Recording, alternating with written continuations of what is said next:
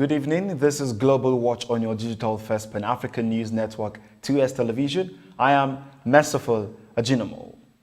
President of the United States of America, Joe Biden, has on Thursday threatened North Korea that the United States will respond accordingly if its missile escalates amid stalled nuclear negotiations.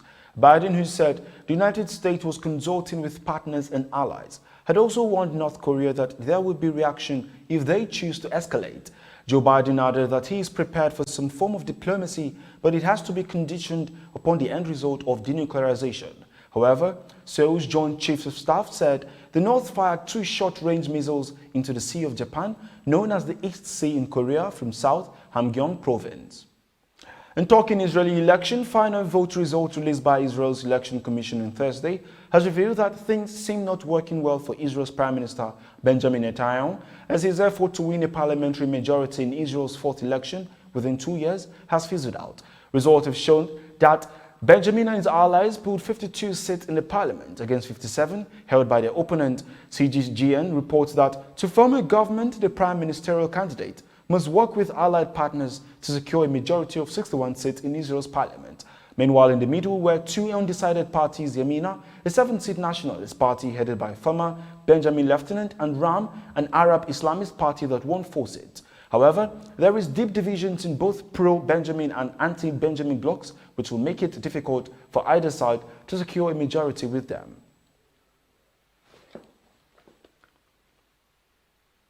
And China is not taking it easy with 9 citizens and 5 members of the Parliament of the United Kingdom as it imposes ban for spreading what it's called lies and misinformation about the country. The ban comes in retaliation for measures taken by the UK government on Monday over human rights abuses against the Gogh Muslim minority group. Among those facing the ban are Tory MP Sir Lane, Nusrat Ghani and Tim Loughlin, and pairs Baroness Kennedy and Lord Alton, who are all members of the Inter-Parliamentary Alliance on China. Reports hardy that the people will all be banned from entering China, Hong Kong and Macau. Their property in China will be frozen, and Chinese citizens and institutions will be prohibited from doing businesses with them. However, UK Prime Minister Boris Johnson said that those sanctions were shining a light on gross human rights violations. And talking coronavirus, leaders of the European Union have suspended short of banning vaccine export after a protracted row with the Anglo-Swedish manufacturer AstraZeneca.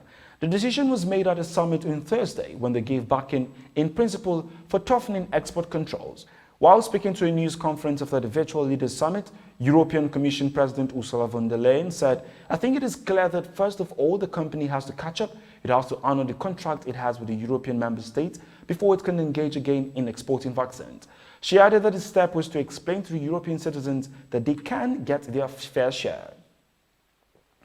Following the decree President Recep Tayyip Erdogan issued last Friday, which annulled Turkey's ratification of the Istanbul Convention on Violence Against Women, women have come out to the streets of Turkey cities to protest with the slogan, "Istanbul Convention Saves Lives."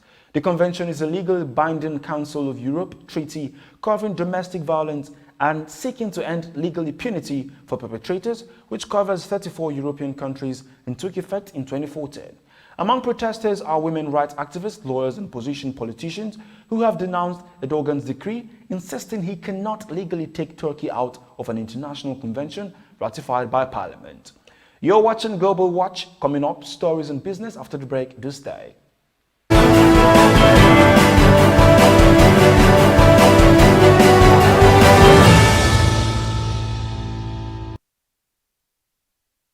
You're welcome back. US lawmakers turned inquisitive on Thursday as they grilled top executives of Facebook, Google and Twitter for 6 hours in a virtual hearing.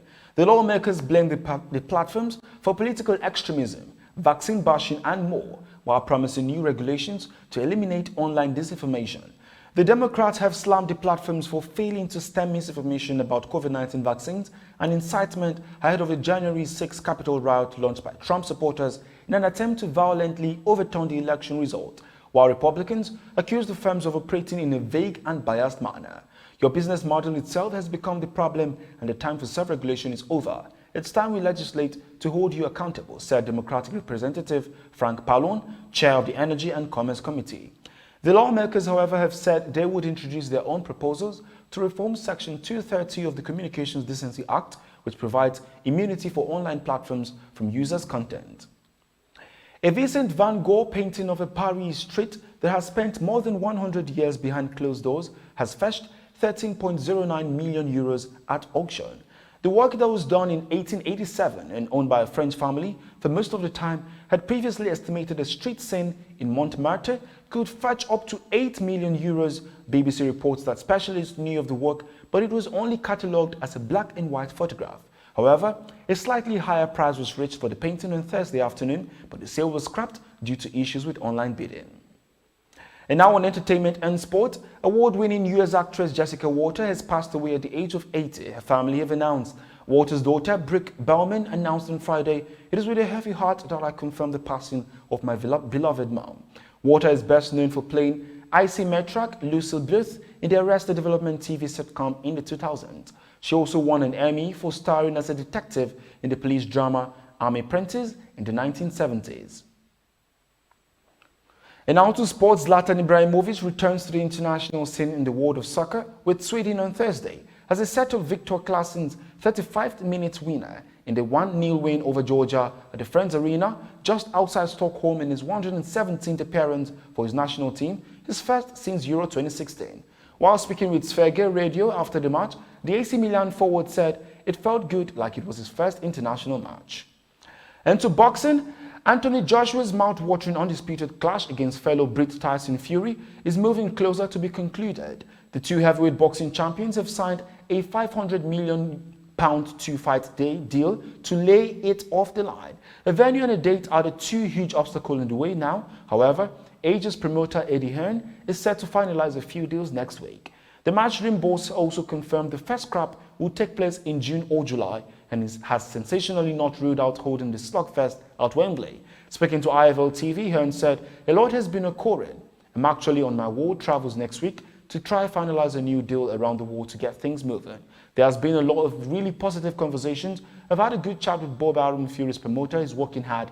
We're working out. We're making a lot of progress. And now we are approaching the period of let's try and close these side deals, and that will be the _1 priority for next week," he added. And that is our package on Global Watch for today. For more updates, visit our website www.tostvnetwork.com. Do follow us and like our social media handles on Facebook, Twitter, and Instagram. And remember to subscribe on YouTube. I am Merciful Ajinamo. Thanks for watching.